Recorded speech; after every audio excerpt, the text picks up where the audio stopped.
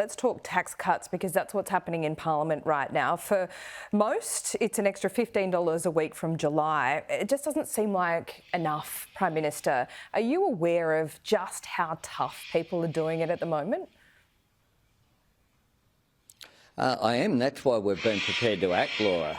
If you're a mum and dad working, earning $130,000 a year combined, which is an average which is out there, then instead of getting $1,000, you'll get $2,600, a $1,600 increase in your pocket, which will make a difference. If you were on under $45,000 under the former Liberal scheme, you would have got not a single dollar. And people will get assistance now. They will get a tax cut, every single one of the 13.6 million taxpayers, and average workers will get double what they were going to get. So combined with the fact of increased wages that we've seen, increased real wages last year in 2023, much earlier than what was anticipated. We want people to earn more, and we want people to keep more of what they earn, and that is exactly what this legislation will do. Well, if you earn $45,000 a year, you pay little tax. It's about $4,000 a year. Those same people, Prime Minister, are still waiting for $275 off their power bills. Is that going to happen, yes or no? Well, what you'll get as well is our energy price relief plan has made a substantial difference, not just to people's bills by lowering them, but importantly putting that downward pressure on inflation. We know that there's been an impact of global energy prices. We live in a global community. The Ukraine war started. Laura, no one was predicting, perhaps you on Sky were, I didn't see any predictions 2 years ago, that the Ukraine war would still be going. That wasn't the case, and all of the intelligence briefings, that wasn't the case either. What we've seen is a global impact on inflation. We have the UK and the Japanese economy are in recession right now. We saw inflation reach double digit in the UK. There's no country you'd rather be in than Australia, even though we're not immune from these global impacts. We have real wages increasing. We have these tax cuts coming through. We have inflation heading in the right direction. We have productivity increasing at the end of last year. We have cheaper childcare, reducing average childcare costs of 11%, cheaper medicines at a cost to the budget of $300 million. We have these measures in place because we understand that low and middle income earners in particular are doing it tough. That's why we made not the easy decision, but the right decision to intervene and to change the tax cuts, to change our position so that we were delivering in response to the pressure that we know families are under. But PM, you point to all of this data, but what you're talking about and what people are living, I think, are very different. They're paying more for electricity, more for rent, more for groceries at the moment, more for petrol. Now, you cannot even afford to buy a home in one of Australia's major cities if you're on $180K a year.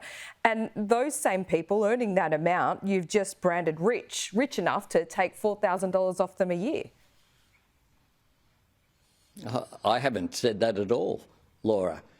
You just used a term that I've never used for someone on that income. Okay, at all. So if I could put it like this, PM, you're saying that they're not, they don't need it as much. What we did, Laura, was to actually increase that top rate from 180 to 190,000.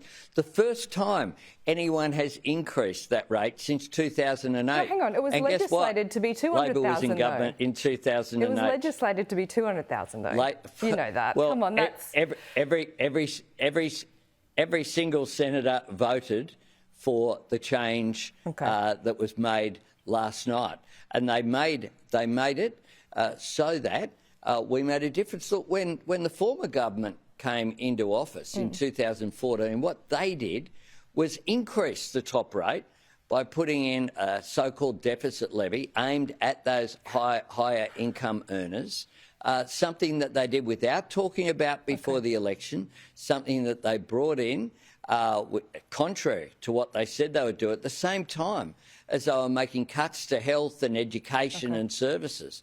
What we've done is a responsible thing, and at the same time, one of the reasons why we've been able to do this is because we've delivered the first budget surplus in 15 years. Exactly. So if you say you're doing everything about cost of living and trying to help people out, why don't you cut the petrol excise? What we're doing is taking the best advice on how we can make a difference without putting pressure on inflation. So when we made the changes to the tax cuts, the previous arrangements were going to cost $106 billion over the 4 years.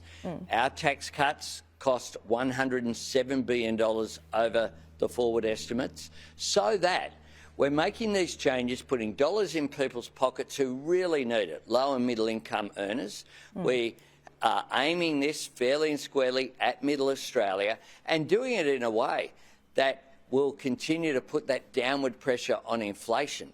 So that's why, of all the measures that could be considered, this was overwhelmingly the right thing to do, which is why we put it forward. I do note that the opposition, first they said they'd fight it, then they said they'd roll it back, then they said we should have an election on it, then they said that they'd actually vote for it, but they continue to criticise it.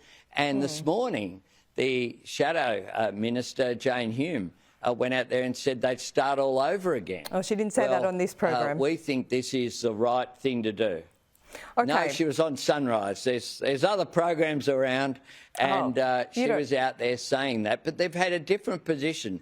Every day they have had a different position on this, but it's the right thing to do. Well, there you have it. You shouldn't watch those other programs. You should just watch this one. But look, talking about tax cuts, you've changed. I'm very pleased cuts. to be speaking with you, Laura. I'm pleased that you're here too. But look, you've changed tax cuts after saying that you wouldn't. You're unable to keep that promise because of circumstances to bring down electricity prices.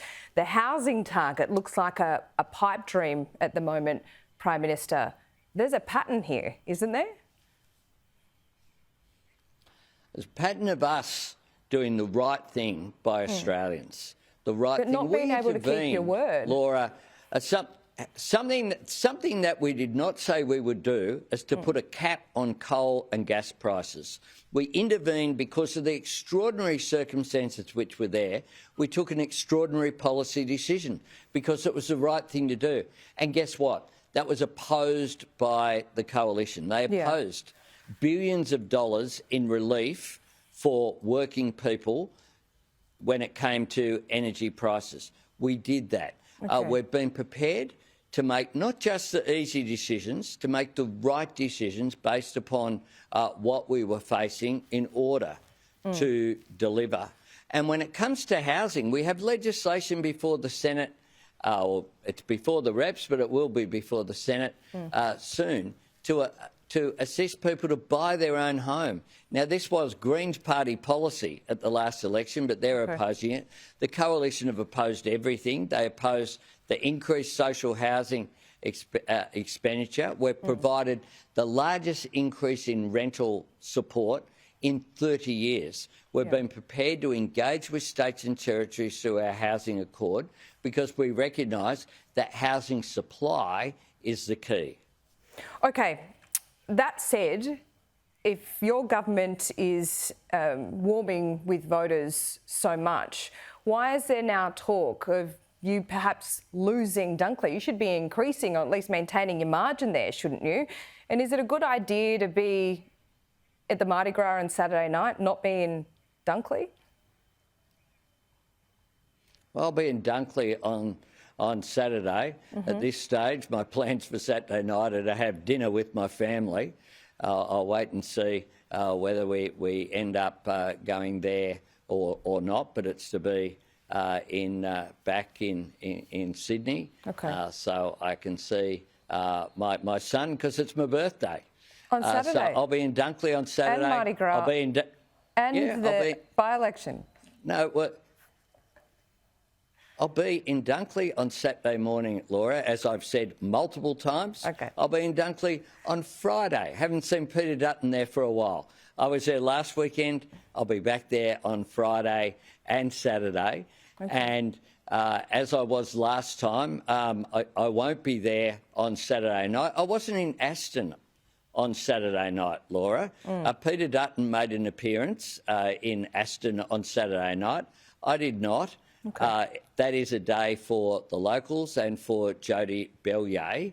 And Aston was, of course, an extraordinary result. But the truth is, as you know, Laura, when there are by-elections for a long period of time, the 19 by-elections that were held between the Hawke government and our government being elected, the average swing was 7.1% away from the government, no matter who was in government. That's just a fact. But we believe we've got the best candidate in Jody Bellier. We mourn for the fact that this by-election is necessary due to the loss all too soon of Peter Murphy, who was much loved around this building, but particularly loved by her electorate. And I do say this, that Saturday will be a difficult day for her husband, Rod, and for her many family and friends around Dunkley, around that Frankston community, because she was such a remarkable person, gone far too soon at age just 50. Yeah, absolutely. That smile could certainly light up a room. PM, you've been very generous with your time, but one final question here. Julian Assange's family feel that and fear that he might die in jail. Now, Parliament passed a motion to bring him home to Australia just a couple of weeks ago. What are you doing personally to make that happen? When's the last time you made a representation? I make representations all the time. The way that diplomacy works isn't with a megaphone. It's by having considered discussions in order to achieve an outcome. And you might recall when Cheng Lei came home, or when Sean Turnell came home, it wasn't with the megaphone. We got it done. And my government is a considered government that make representations on behalf of Australian citizens. We have done so repeatedly in a considered way. These are not simple issues. There's a legal process, of course. The Department of Justice is separate. There are separations between the judiciary and the political system. But we have been consistent and consulting, it must be said, with the people who are directly involved and talking directly with Mr Assange, and that is his lawyers. Okay, thank you for that. And congratulations on your engagement just before I let you go. I was just thinking, you're a modern man. Thanks very much, Laura. Have you considered, changing your name to Jodie's name? Could it be Prime Minister Anthony Hayden in a couple of months? No, I think that you will see as a modern couple, I mean, people make their own decisions. But about what name they take. But I've had this name of mine for 60 years now. I won't be changing, and Jody, I don't think will be changing her name either, it must be said. But we've been pretty busy since the proposal. People seem to think that you could decide these things pretty quickly. We'll have a chat. Hopefully we've worked out the next time where we'll have a bit of space to have a discussion over a period of time is over Easter, about when and all of those details. But we're very happy, and thank you for your warm wishes and the well wishes that we've received from so many people. It's been very generous. It's very nice. It's lovely news, and good luck with the guest list. It's going to be an awkward one for you, but we'll speak to you soon. Thanks very much, Laura. At least you're not pitching up to BMC. I've done multiple interviews today, and And people think that it's okay to pitch up on air. So no, I wouldn't do that. You might be a shot, given that you haven't pitched up. Oh, look, I'm not pitching up. I'm not pitching up. I'll host an interview or a panel chat at your wedding if that's what you want, but no MC. We'll see you soon, PM.